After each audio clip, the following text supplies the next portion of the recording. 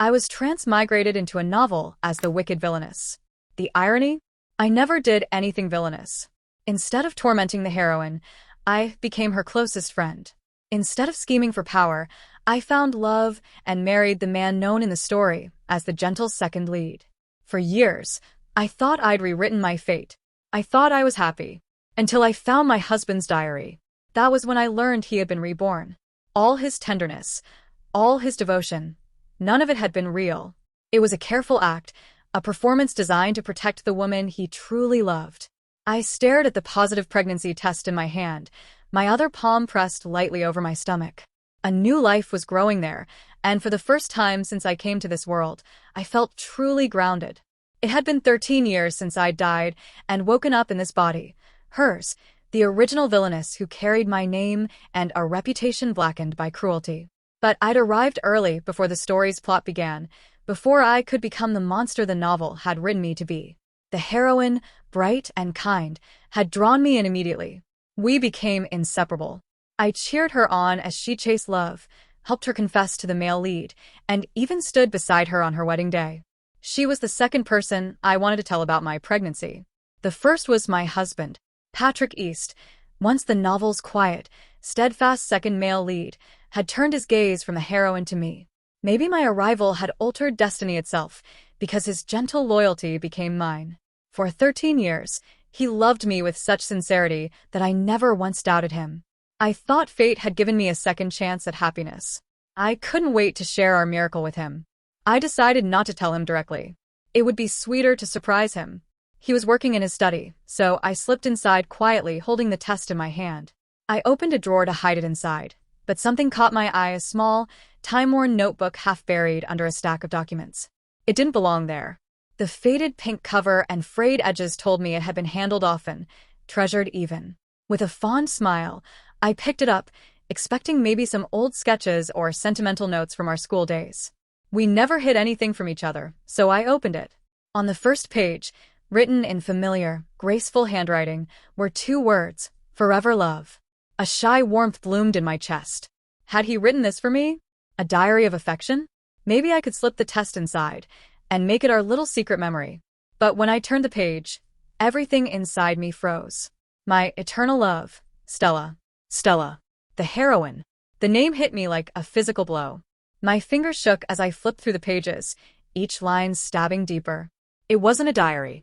It was a collection of letters, love letters he'd never sent. Every word saying the same truth. Patrick East loved Stella. Always had. He hadn't just loved her. He'd lived for her. He'd come back to life for her. And everything he'd ever given me, his care, his smiles, his warmth, had been a mask. A calculated act to keep me close, to make sure the villainess could never harm the woman he adored. The joy I'd felt only minutes earlier curdled into something heavy and cold. In 13 years, I had never once wished Stella harm. Yet now, I envied her with a bitterness I didn't know I was capable of. Envy that a single kind gesture from her could spark a devotion so fierce, a love that could survive death itself. I don't know how long I sat there, motionless, the diary open on the desk. The world felt fragile, like a dream that could shatter at any second, and I was the only one awake inside it. Exhaustion finally pulled me under, and I drifted into a fitful sleep on the sofa. I didn't wake until Patrick returned home. He smelled sharply of alcohol, his steps unsteady. "Honey, I'm home," he slurred, forcing a smile. "Had a work dinner, sorry I'm late." I returned a smile that barely touched my eyes and played the dutiful wife, helping him up, loosening his tie, undoing the top button of his shirt. "Thanks, darling.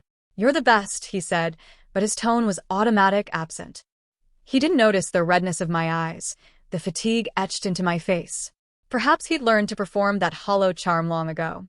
I guided him to our bed, assisted him out of his clothes, and reached for a warm cloth to clean his face, when words, loosened by drink, slipped past his lips. "Stella." My body froze. I must have misheard. My fingers clenched against my palms. "Stella," he repeated, softer this time.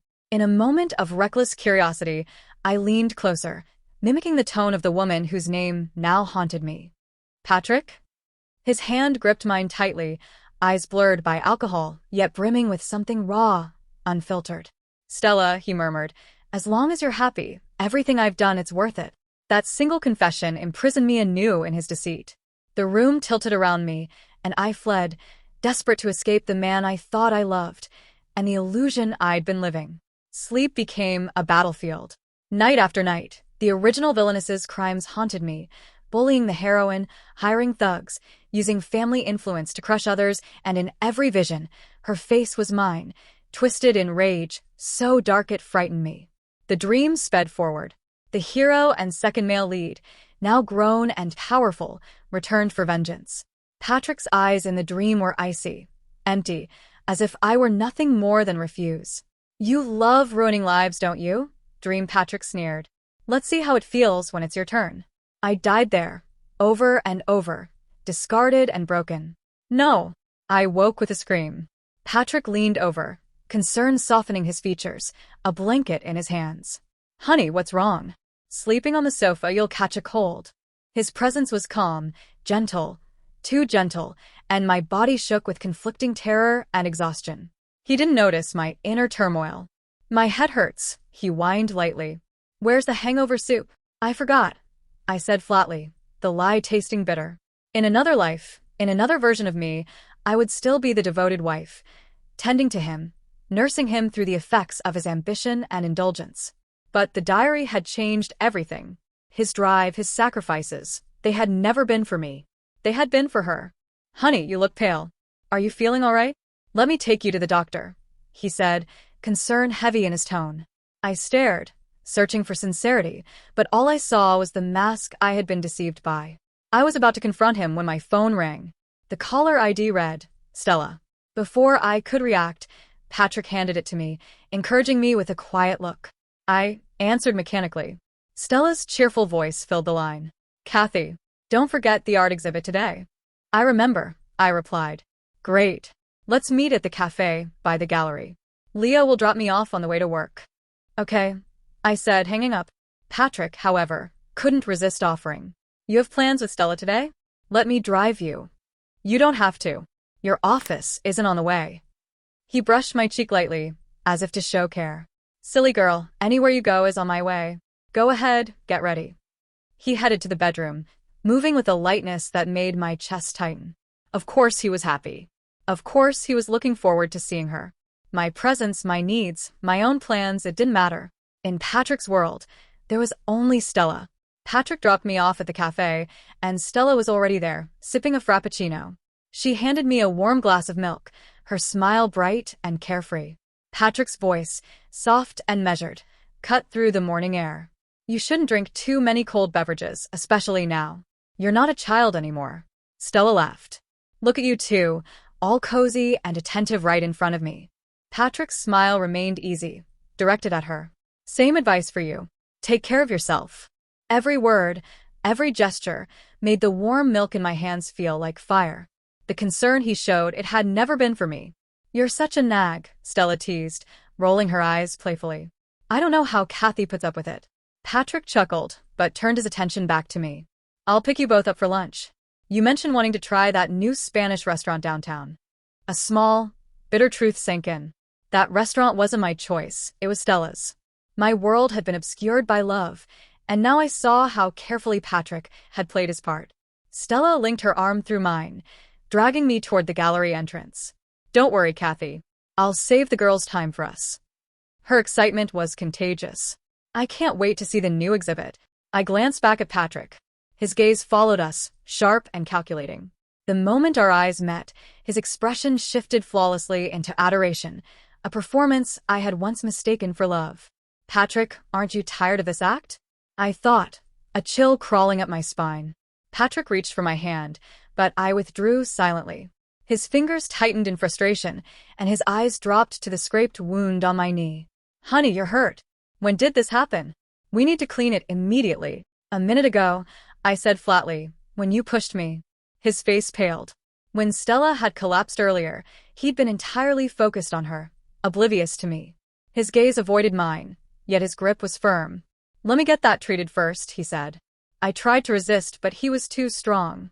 I followed, powerless. After the wound was dressed, we visited Stella's hospital room. She was radiant, sitting upright in bed. "Kathy, I'm going to be a mom," You have to be the baby's godmother. Her joy was pure and unguarded. Sitting beside her, I felt a toxic mixture of envy and admiration. She had a devoted husband and a silent guardian. My husband, Patrick, watching over her. And yet, Stella was blameless. She had no idea of the depths of his love, or the years of betrayal I had endured. I forced a gentle smile. You'll need to take care of yourself now. No junk food, and definitely no ice drinks. I know, she pouted, playful and innocent. Her husband, Leo, handed me a glass of water. Kathy's advice is the only one she listens to, he said warmly. The rest of us get puppy eyes in return. Stella laughed and turned to me again. You and Patrick better hurry. Then our kids can grow up together, maybe even fall in love someday. Patrick draped an arm around me, as if our bond could mask the truth. But the truth was heavy in my belly. I was already carrying our child. Stella's happiness, the life she was planning, made my chest ache. Patrick's eyes followed her, full of longing. I tried not to look, tried not to feel. Exhaustion and despair settled over me like a storm. After that day, I withdrew from Patrick. 13 years of love didn't vanish easily, especially with a child on the way. But the diary had stripped away every illusion. My marriage was a facade, sugar-coated poison. Patrick knew he had gone too far. In the weeks that followed, he tried to win me back, but every attempt only reminded me of the lies.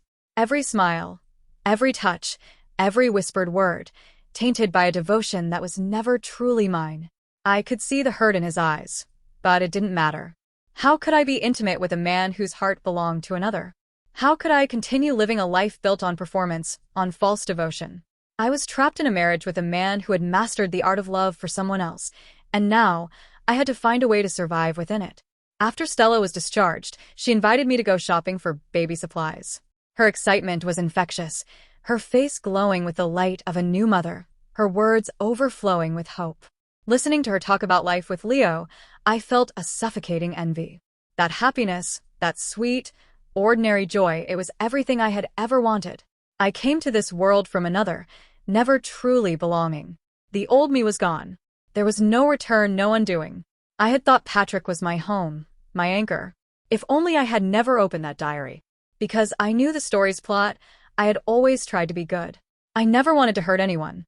I believed in the simple reciprocity of love, that kindness would always be returned. I had found friendship in Stella, familial warmth from my parents, and what I believed was romantic love from Patrick. Now, the man who slept beside me had crushed that illusion entirely. Sometimes, I wondered if I truly was unlovable. But then I would remember the trust and laughter in Stella's eyes. We left the mall, our arms weighed down by shopping bags.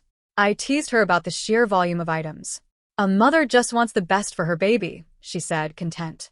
We were waiting for a car when a sedan came speeding toward us. Instinctively, I moved to shield Stella. At the same moment, she tried to push me away. Then, someone shot out from nowhere, shoving me aside and wrapping themselves protectively around her.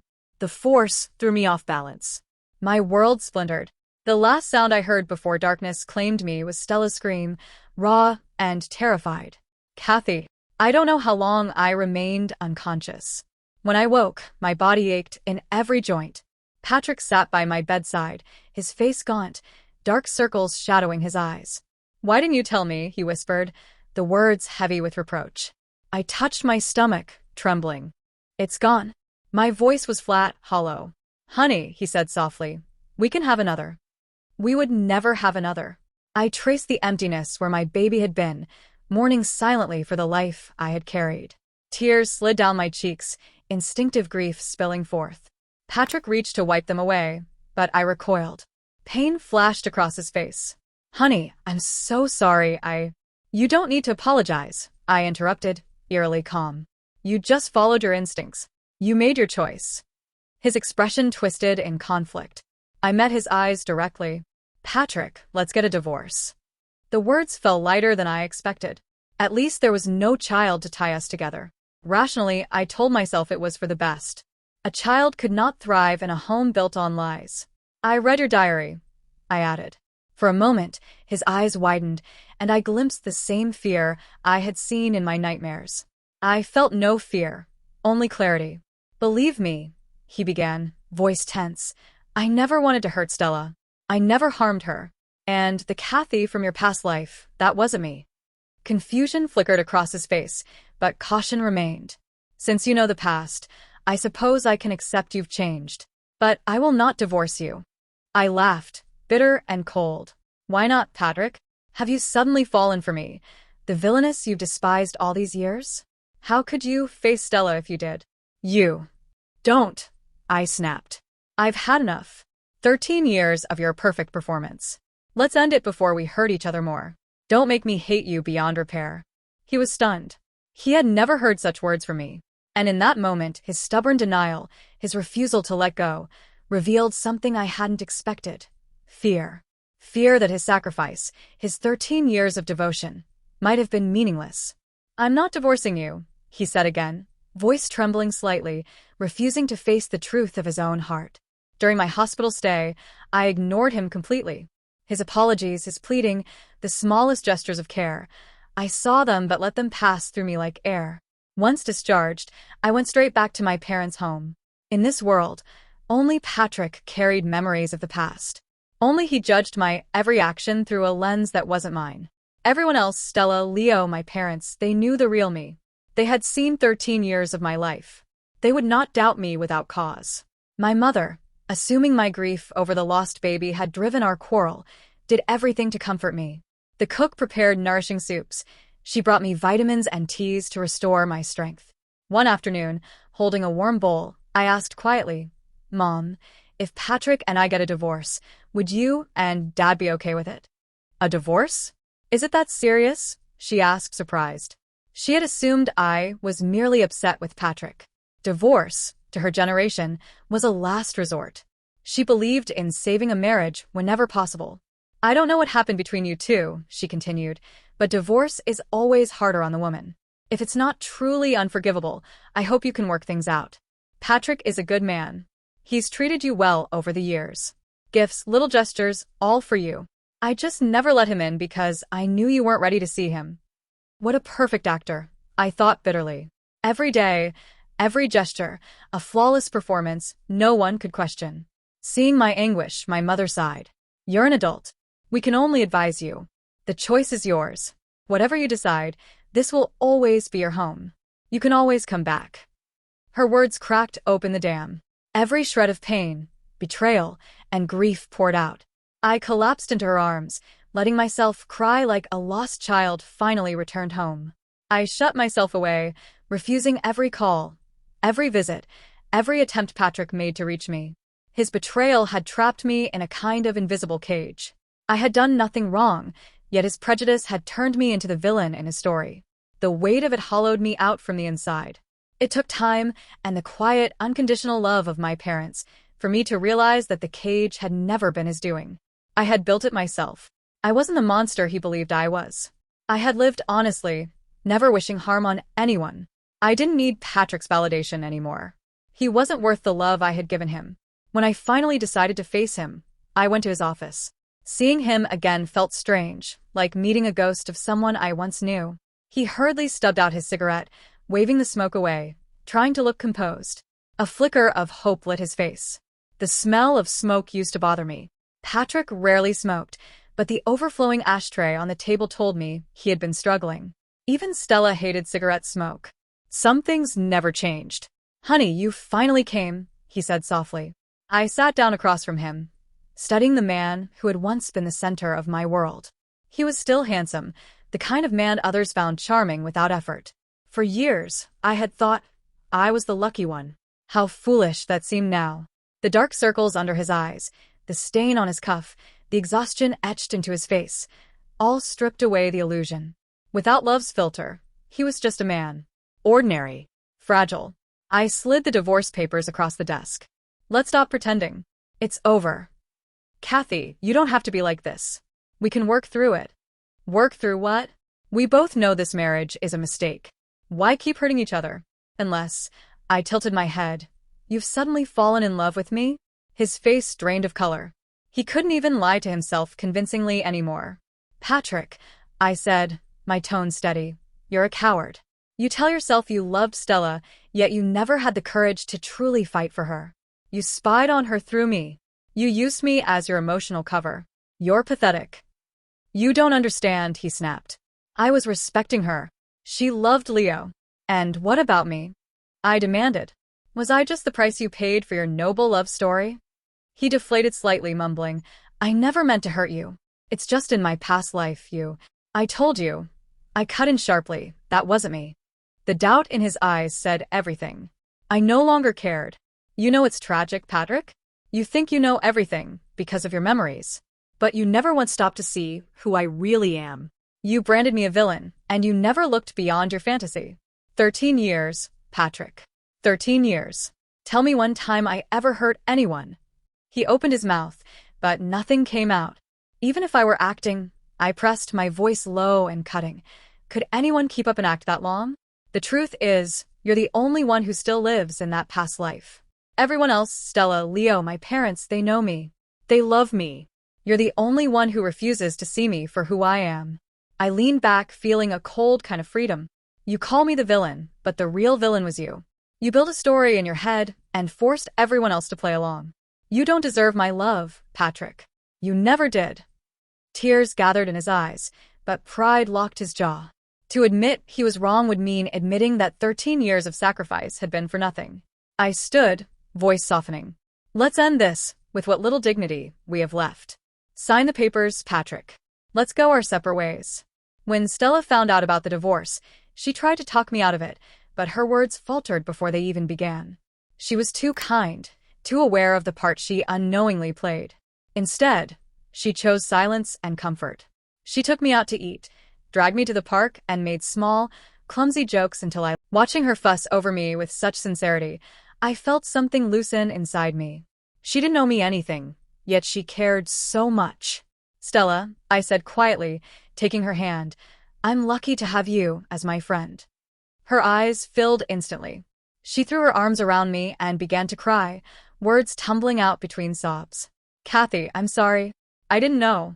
If I had known how much you were hurting. Hey, I soothed, patting her back. It wasn't your fault. None of it was. She clung to me, still crying. Whatever you decide, I'll be on your side. Always. You're my best friend, Kathy. Always. I smiled faintly and brushed away her tears. See that, Patrick? I thought. I am worthy of love after all. After a month of silence, Patrick finally gave in and agreed to the divorce. I think he'd finally accepted that I wasn't the Kathy from his past life, and that dragging this out would only end in public humiliation for him. When we stepped out of the registry office, he hesitated. There's still a 1-month cooling period, he said quietly. If maybe. There are no maybes, I interrupted. The moment you betrayed me, this marriage ended. I turned to leave.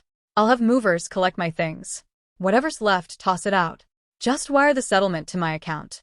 Do we have to make it all about money? He asked, his voice raw. We're no longer married. What else is left between us but paperwork and money?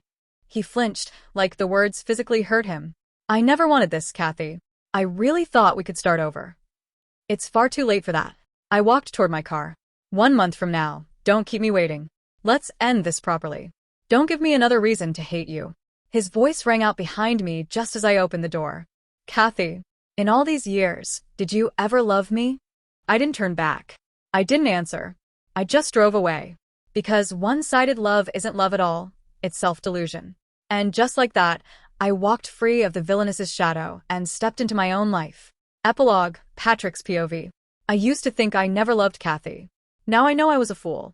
God help me, I love her now more than ever. When she first transferred into my class at 17, I was already haunted by memories from my previous life. I told myself to stay close, to pretend affection so I could keep her from hurting Stella.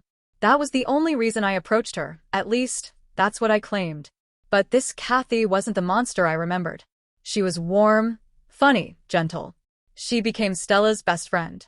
I convinced myself it was all an act, another layer of manipulation. The closer she came to Stella, the kinder I became to her, until I saw genuine affection in her eyes.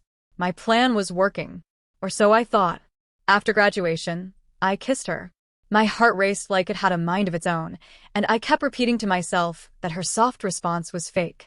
I was terrified of falling for her, so I started a diary, page after page reminding myself of Stella, the girl from my past life who once offered me kindness when I was nothing. Years passed. Stella found her happiness with Leo, untouched by tragedy this time. Kathy and I built a home together. She cared for me, made me laugh, loved me with a sincerity that was impossible to fake. And still, the ghost of that other life lingered, whispering that she could never truly change. When Stella fell ill, my panic consumed me. I accused Kathy before I even knew the truth. I became the same self-righteous man I once hated. And when I learned how wrong I was, it was already too late. She left, and I realized I'd fallen for her long ago. Now, I live surrounded by silence. Stella avoids me. Leo despises me. My home is empty, my nights filled with cigarettes and regret. There's no Kathy to smile at me anymore, no gentle voice saying my name. Sometimes I wonder if dying would at least make her remember me with pity. If she'd shed even one tear.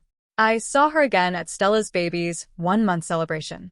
She was radiant, holding the child with a bright, unburdened smile. She had truly moved on. Stella called her godmother, and the baby giggled in her arms. And I knew then, this was my punishment. To spend every day remembering what I threw away. A good wife, a family, a future. The cruelest pain is realizing too late what you once had in your hands.